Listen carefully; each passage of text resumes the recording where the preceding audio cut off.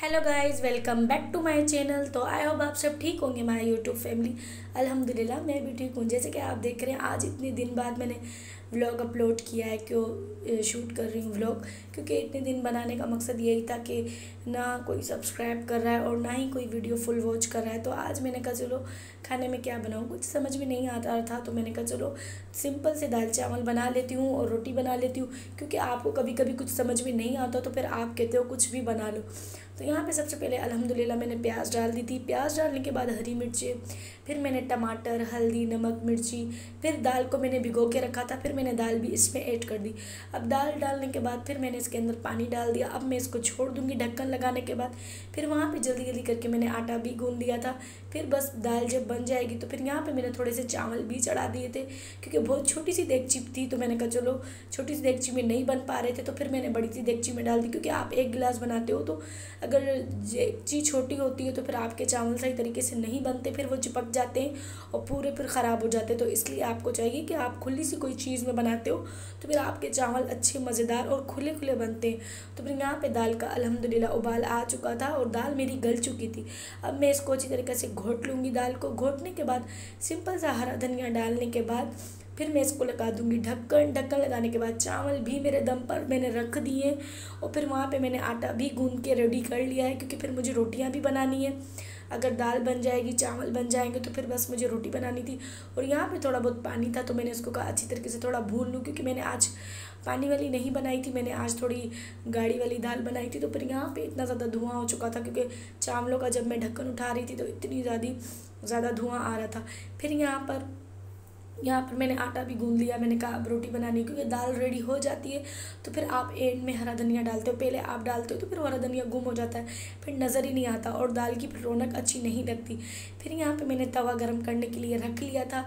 फिर मुझे बनानी थी रोटी। क्योंकि जब आप रोटी बनाते हो तो फिर जब आपको देर हो जाती है खाना बनाने में तो फिर घर वालों को सब बहुत ज़्यादा भूख लगी हुई थी। तो फिर मैंने कहा चलो जल्दी जल्दी करके रोटी बना लेती हूँ। क्योंकि आप इतनी व्लॉग में अपलोड इतनी मेहनत करते हो, क्योंकि फिर आप खाना भी बनाते हो, वीडियो भी रिकॉर्ड करते हो। फिर इतने सारे मेरे बर्तन पड़े हुए थे वो भी मुझे वॉश करने थे। क्योंकि आप अगर ज़्यादा से ज़्यादा मेरी वीडियो को फुल वॉच करोगे, स्किप ना करोगे और ज़्यादा से ज़्यादा सब्सक्राइब करोगे, क्योंकि यार इतने महीने हो चुके हैं मेरे 1000 हो ही नहीं रहे सब्सक्राइब, 1K हो ही नहीं रहे।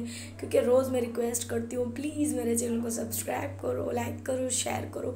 क्योंकि जल्दी से जल्दी 1K करवा दो, लेकिन 1K हो ही नहीं रहे और ज़्यादा से ज़्यादा प्यार भी नहीं मिल रहा।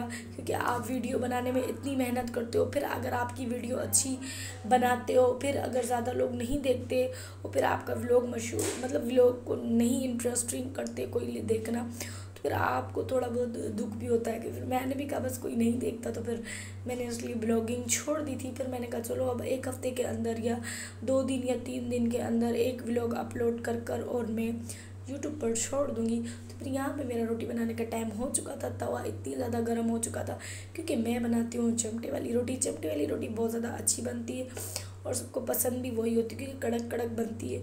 फिर यहाँ पे मैंने रोटी बना रही थी। एक रोटी मेरी तवे पर थी और एक मैंने चूल्हे पर उसको अच्छी तरीके से सेक रही थी। क्योंकि सिकने वाली रोटियाँ बहुत ज़्यादा अच्छी बनती हैं और आपके घर में हर कोई अपने तरीके से मतलब किसी को रोटी पसंद है, किसी को चावल। क्योंकि मैं जब दाल अगर रोटी घर वाले ज़्यादा से ज़्यादा रोटी पसंद करते हैं तो फिर आई एम चावल लवर, क्योंकि मुझे चावल बहुत पसंद है। तो मैंने कहा चलो अपने लिए थोड़े से चावल भी बना लेती हूँ क्योंकि सब तो रोटी खाएंगे।